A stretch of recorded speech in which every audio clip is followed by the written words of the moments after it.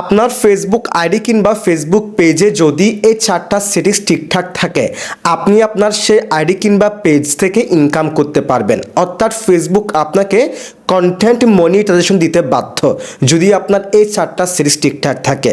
ঠিক আছে, আমরা অনেকেই আছি বছরের পর বছর আমরা কাজ করে যাচ্ছি, রেগুলার ভিডিও আপলোড করতেছি, কোয়ালিটি সম্পূর্ণ ভিডিও আপলোড করতেছি, কিন্তু আমাদের ভিডিও ভাইরাল হচ্ছে না, ফেসবুক আমাদেরকে কন্টেন্ট মনিটাইজেশন দিচ্ছে না, মানে আমাদের ফলোয়ার্সও বাড়তেছে না।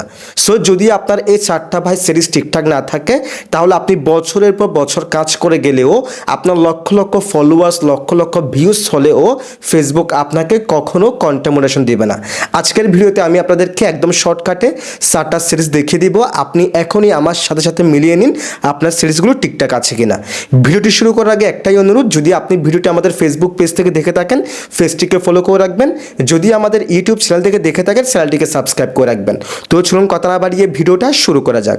এর জন্য ফার্স্ট অফ অল আপনি আপনার ফেসবুকের অফিসিয়াল অ্যাপসটাকে ওপেন করে দিবেন। অ্যাপসটাকে ওপেন করার পর আমি এখান থেকে আমার প্রোফাইল অপশনে চলে আসলাম। প্রোফাইল আসার পর আপনারা দেখতে পাচ্ছেন এটা আমার একটা নতুন পেজ ওয়ান টেকনোলজি 2.0। যারা এখনও ফলো করেন নাই তারা অবশ্যই ফলো করে দিবেন, কারণ এই পেজে আমি এখন থেকে রেগুলার কাজ করব।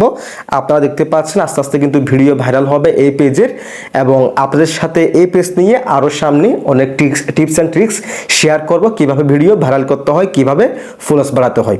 সো যাই হোক, আজকে আমরা এই পেজে দেখব যে চারটা সিরিজ ঠিকঠাক থাকলে আমরা পেজ থেকে ইনকাম করতে পারবো বা আইডি থেকে ইনকাম করতে পারবো সেগুলো দেখাচ্ছি। এজন্য আপনি কি করবেন, আপনার পেজের যে প্রোফাইল আছে থ্রি লাইন মেনু আছে আপনি এই অপশনে ক্লিক করবেন, অথবা অনেকের ক্ষেত্রে এখানেও আসলেও এই যে থ্রি লাইন মেনুটা এদিকে দেখায় অনেকের ক্ষেত্রে এদিকে দেখায়। সো যেখানে থাকুক আপনি জাস্ট থ্রি লাইন মেনু তিনটা লাইন ওই অপশনে ক্লিক করবেন। ওই অপশনে ক্লিক করার পর এখানে দেখেন হেল্প অ্যান্ড সাপোর্ট নামে একটা লেখা আছে, আপনি কি করবেন হেল্প অ্যান্ড সাপোর্ট ওই অপশনে ক্লিক করবেন।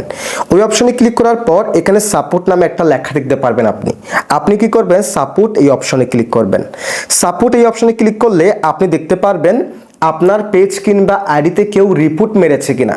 দেখেন ভাই, যদি আপনাকে কেউ রিপোর্ট মেরে থাকে তাহলে কিন্তু ফেসবুক আপনাকে কন্টেন্ট মনিটাইজেশন দিতে একটু কনফিউশন লাগবে আর কি।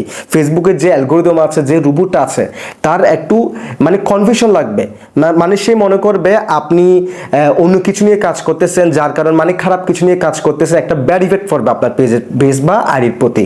কারণ ফেসবুকের অ্যালগরিদম মনে করবে মানুষ আপনাকে রিপোর্ট মারতেছে, এই জন্য আপনি আপনার ফেসবুক পেজে এমন কিছু কন্টেন্ট আপলোড করতেছেন যেগুলো আসলে মানুষের উপকারে আসতেছে না, মানুষ পছন্দ করতেছে না।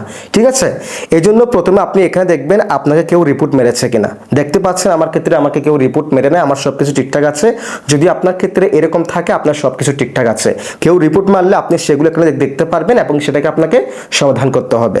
এবার কি করবেন, আমরা একটু জাস্টিফিকেশন করার জন্য আমাদের 1 নম্বর সিরিজ চলে গেল। দেন আমরা কি করব, এই যে রিভিউ ইউর পেজ স্ট্যাটাস আমরা কি করব, এই অপশনে ক্লিক করব। এই অপশনে ক্লিক করলে দেখেন এটা হচ্ছে মেন একটা মানে ইন্টারফেস। এখানে আমাদেরকে মূলত আমরা ইনশিওর করতে পারবো আমরা এখান থেকে ইনকাম করতে পারবো নাকি ইনকাম করতে পারবো না। সো প্রথমত দেখেন আমার এখানে কিন্তু গ্রিন টিকমার্ক আছে, আপনারা দেখতে পাচ্ছেন আপনার ক্ষেত্রে গ্রিন টিকমার্ক থাকতে হবে। যদি রেড টিকমার্ক কিংবা ইয়েলো টিকমার্ক থাকে তাহলে কিন্তু আপনার পেজ থেকে আপনি ইনকাম করতে পারবেন না। এবার দেখেন পেজ হ্যাজ নো ইস্যু, আমার ক্ষেত্রে দেখাচ্ছে পেজ হ্যাজ নো ইস্যু, আমার পেজে কোনো সমস্যা নাই। আপনার পেজে যদি কোনো সমস্যা থাকে পেজ হ্যাজ সাম ইস্যু লেখা দেখাবে এবং ইয়েলো কালার দিয়ে একটা অপশন দেখাবে কি কারণ হয়েছে এখানে দেখা দিবে। ঠিক আছে, ওরকম হলে কিন্তু সেই সমস্যার সমাধান না হওয়া পর্যন্ত আপনি আপনার পেজ কিংবা অ্যাকাউন্ট থেকে ইনকাম করতে পারবেন না, আপনাকে ফেসবুক কর্তৃপক্ষ কন্টেন্ট মনিটাইজেশন দিবে না।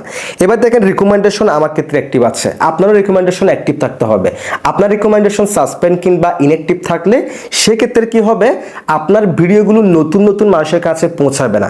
এখন আপনার পেজ কিংবা আইডির যদি গ্রোথ না থাকে, যদি রিচ না থাকে, ফেসবুকের অ্যালগরিদম মনে করবে এটা একটা ডাউন পেজ, এটাতে কিচ্ছু নাই, মানুষের লাইক করে না, কমেন্ট করে না, কিচ্ছু না, এই জন্য আপনাকে কন্টেন্ট মনিটাইজেশন দিবে না। এই জন্য আপনার রিকমেন্ডেশনটা অ্যাক্টিভ থাকতে হবে। এবার দেখেন মনিটাইজেশন নট এলিজিবল দেখাচ্ছে, এটা কেন নট এলিজিবল দেখাচ্ছে আমি বলি। এই পেজটা আমি খুলেছি জাস্ট কয়েকদিন হচ্ছে, 10 থেকে 12 দিন হবে। ঠিক আছে, নিয়মিত এখন 2-1টা করে ভিডিও দিচ্ছি এরকম। এখন আমার পেজটা নতুন বিদায় ম্যাক্সিমাম 1 থেকে 2 মাসের মধ্যে, যে পেজগুলো নতুন হয় 1 থেকে 2 মাস সময় লাগে, এখানে নট এলিজিবল দেখাবে। আপনি নতুন পেজ খোলার সাথে সাথে 2 মাস পর্যন্ত, 1.5 মাস পর্যন্ত দেখাবে।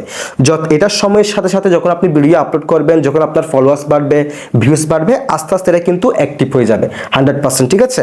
সো আমারটা নতুন বিতেই নট এলিজিবল দেখাচ্ছে, আপনারটা যদি পুরাতন হয় আপনার এখানে অ্যাক্টিভ থাকতে হবে, সাসপেন্ড দেখালেও হবে না, নট এলিজিবল দেখালেও কিন্তু হবে না, আপনি ইনকাম করতে পারবেন না, আপনাকে কন্টিনিউশন দিবে না। এবার বাদ বাকি এখানে বাকি সব ঠিক আছে। সো এইগুলো হচ্ছে মূলত সেটিংস। প্রথমত হচ্ছে আপনাকে কেউ রিপোর্ট মেরেছে কিনা সেটা আপনাকে চেক করতে হবে। দ্বিতীয়ত হচ্ছে পেজ হ্যাজ সাম ইস্যু লেখা আছে কিনা, আপনার পেজে কোনো সমস্যা আছে কিনা সেটা দেখতে হবে। আপনার রিকমেন্ডেশন অ্যাক্টিভ করা আছে কিনা, আপনার মনিটাইজেশন অ্যাক্টিভ আছে কিনা, এগুলো যদি আপনার ঠিকঠাক থাকে আপনি সেই পেজে রেগুলার কাজ করলে 100% ফেসবুক আপনাকে কন্টিনিউশন দিতে বাধ্য, যদি আপনি রেগুলার কাজ করেন, ফেসবুকের রুলসগুলো মেনে কাজ করেন, যদি আপনি ধৈর্য ধরে কাজ করেন, ঠিক আছে।